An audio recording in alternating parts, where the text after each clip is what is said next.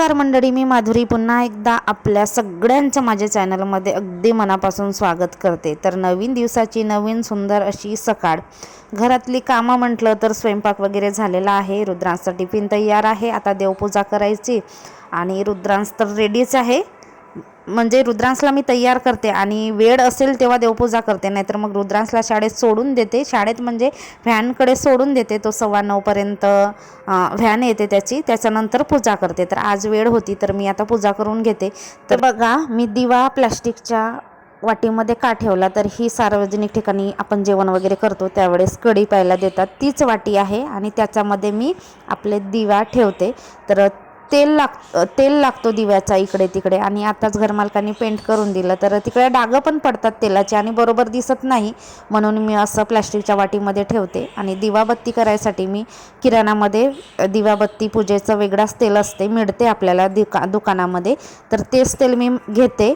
1 लिटरचं घ्यायचं तर आपल्याला 3 महिने आरामात जातो, तर मी नेहमी हाच तेल वापरते। मारलं काय ना, शाळेच्या वेळेवरच पाणी येते। आता रुद्रांश जुते मोचे घालेल तर जुते मोचे वल्ले होतील रुद्रांशचे। मंगापुडा नाही आहे ना, पाणी शाळेच्या वेळेस येते।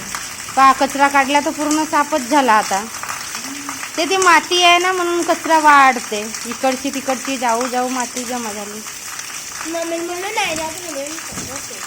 शाळेत नाही जात म्हणलीस, कराल दिवसभर परेशान करता। छत्री एकच आहे तर का होते, बरसात संपला ना, रेनकोट पाहिजे म्हणते। हा तर बरसात संपली ना, आता का हा पाणी असाच होय मधामधात येणेवाला, रेनकोट घेऊन का अर्थ आहे। समोरच्या वर्षी तर मग आकुडच होतील आणि ठेवल्या फाटूनही जातात, काही अर्थ नाही राहत रेनकोटचा। हो, अजून बिमार पड मग। आताच पैसे लावलं ना, अजून बिमार पडशील। चल बेटा, ये रुद्रांश, कम हियर। ही बघा आमच्या रूमची बाहेरची एरिया अशी आहे। तर हा सुद्धा हायवे आहे, देवरीकडे जाणारा मार्ग आहे। आणि इथे ना आता आम्ही रुद्रांशच्या व्हॅनची वाट बघतो आहे। जवळपास वेळ तर झालीच आहे, कधी 5-10 मिनटं इकडे तिकडे होतात। आणि सकाळपासून पाऊस चालू आहे, ऐन शाळेत जायच्या वेळेवरच। आणि बाजूचे मुलं जायचं नाही म्हणत होतात, तर रुद्रांशसुद्धा होता नाराज, जायचं की नाही जायचं असं कन्फ्युजनमध्ये। पण शाळेत तर पाठवावंच लागेल, पाऊस काही दिवसभर नाही लागणार, थोड्या वेळाने थोड्या अंतराने सुटणार येणार, पावसाचं काय सोडूनच द्या।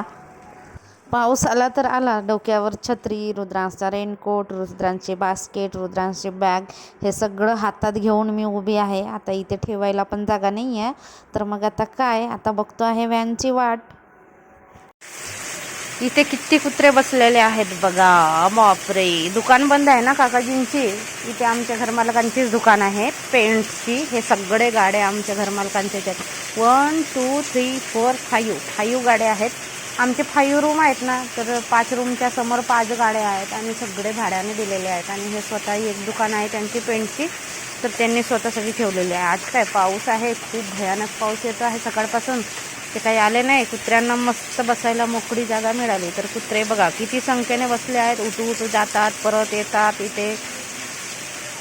पण ना पाऊस खूप येते आणि अशा म्हणजे पाऊस तर येते तर येते, थोडीशी गार पण वातावरण वाटते, नाहीतर इतकी भयानक गरमी आहे इकडे की घाम पुसू सगळा अंग कडक होतो, चेहरा कडक होऊन जातो, अशी वरवरची व्हाईट स्किन होऊन जाते। तुम्हाला काय सांगू, भयानक आहे। उगाच म्हणत नाही की विदर्भामध्ये गरमी बहुत म्हणजे खूप असते टेम्परेचर, तर असं। आणि सकाळपासून खूप पाऊस चालला आहे, तर थंड तर वाटते, वातावरण थोडंसं चांगलं वाटते, एवढं काही गरमी होत नाही। पण कसं शाळेच्या टाईमवर येते ना पाऊस, आता शाळेची मुलं मग इतके नाटक करतात। आमच्या बाजूचे आहेत ना, ते शाळेत जात नाही म्हणत त्यांच्या मम्मीने चांगले धपाटे दिले त्यांना, पाऊस तर अजून वाढतो।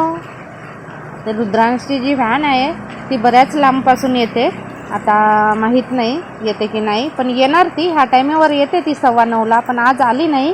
आणि पाऊस अजून वाढला, तुम्ही बघू शकता, भयानक अजून जास्त पाऊस वाढला। आणि त्या दिवशी बिजली चमकली ना, आमच्याकडे रविवारी वीज पडली, तर इथे जवळच गाव आहे तिथे वीज पडली रेंगेपारला, आणि तिथे ना पोल्ट्री फार्मवर वीज पडली, तर 5,000 कोंबड्या मेल्या। पोल्ट्री फार्मवर पडून. तर असं बारीच हे म्हणजे पावसाळा संपला आणि हा पाऊस लागला तर भयानक काही ना काहीतरी त्याचा परिणाम तर असतीलच. भयानक असतील, चांगले असतील, वाईट असतील. धानसुद्धा सगळं लोटून गेला आहे म्हणतात. माझी आई तर म्हणते आमचं सगळं धान लोटलेलं आहे म्हणते, म्हणजे असं झोपून गेलं आहे धान म्हणते. मग ते मशिनींनी पण कापायला नाही जमत, हार्वेस्टरनी नाही, मशीननी नाही, कशाने नाही.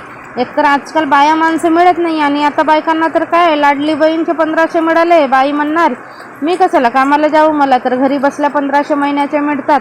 आता अशी सिच्युएशन झालेली आहे. आता तर काय खरं नाही बाबा शेतकऱ्यांचं. बाया माणसा वेळेवर मिळत नाही. आता लाडका भाऊ लाडकी बहीण योजना अजून चालू झाली त्याच्यामुळे तर जास्त.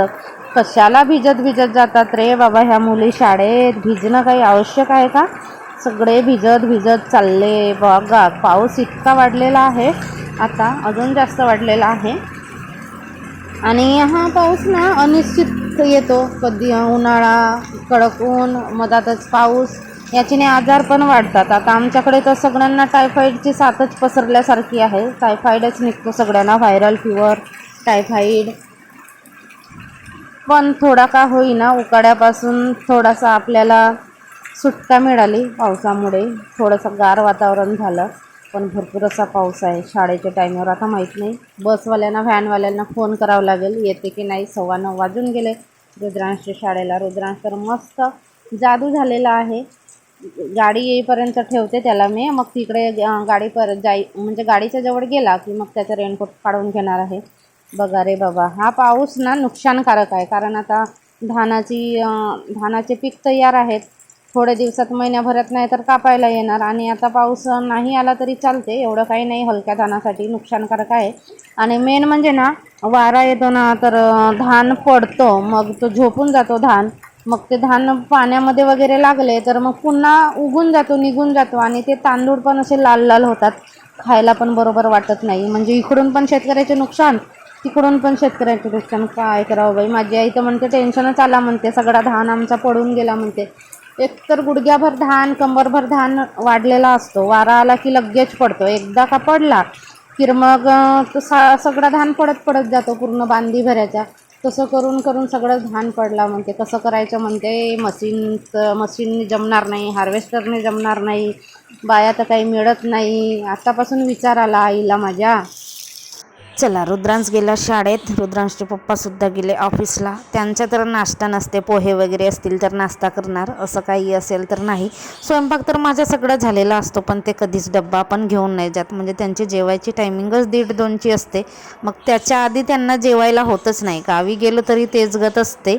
तर आज मी बनवलं होतं चणे आणि वाटाण्याची कडधान्याची उसळ. आणि उसळ एकदम सुकी म्हणण्यापेक्षा थोडीशी अशी ग्रेव्हीदारच बनवते मी, भातासोबत चपातीसोबत पण आपण खाऊ शकू अशी. आणि आठवड्यातून एकदा दोनदा तर कडधान्य खाल्लंच पाहिजे. आपल्याकडे हिरवा भाजीपाला भरपूर असतो, त्याच्यामुळे कडधान्य जो सुकलेला भाजीपाला असतो तो तसाच राहून जातो. मग कधीतरी बनवायचं असं, म्हणजे चेंज पण पाहिजे जेवणामध्ये. हिरवा भाजीपाला खाऊनसुद्धा कंटाळा येतो.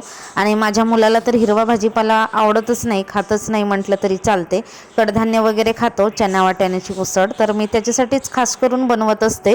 तर आज बनवली. टिफिनला नेलं त्याने भात आणि थोडासा भात देते मी आता. जेव्हापासून तो वरण खायला लागला तेव्हापासून मी भात देते त्याला, वरण भात. तर वरण भात नेऊन पण त्याला आता आठवडा झाला कंटिन्यू वरण भात आणि चपातीसुद्धा घेऊन जात होता. पण आज म्हटलं आपण कडधान्य बनवूया, त्याला आवडतात. आणि टिफिनमध्ये दिलं, एक चपाती भात दिलं. आणि सकाळी थोडासा जेवलासुद्धा.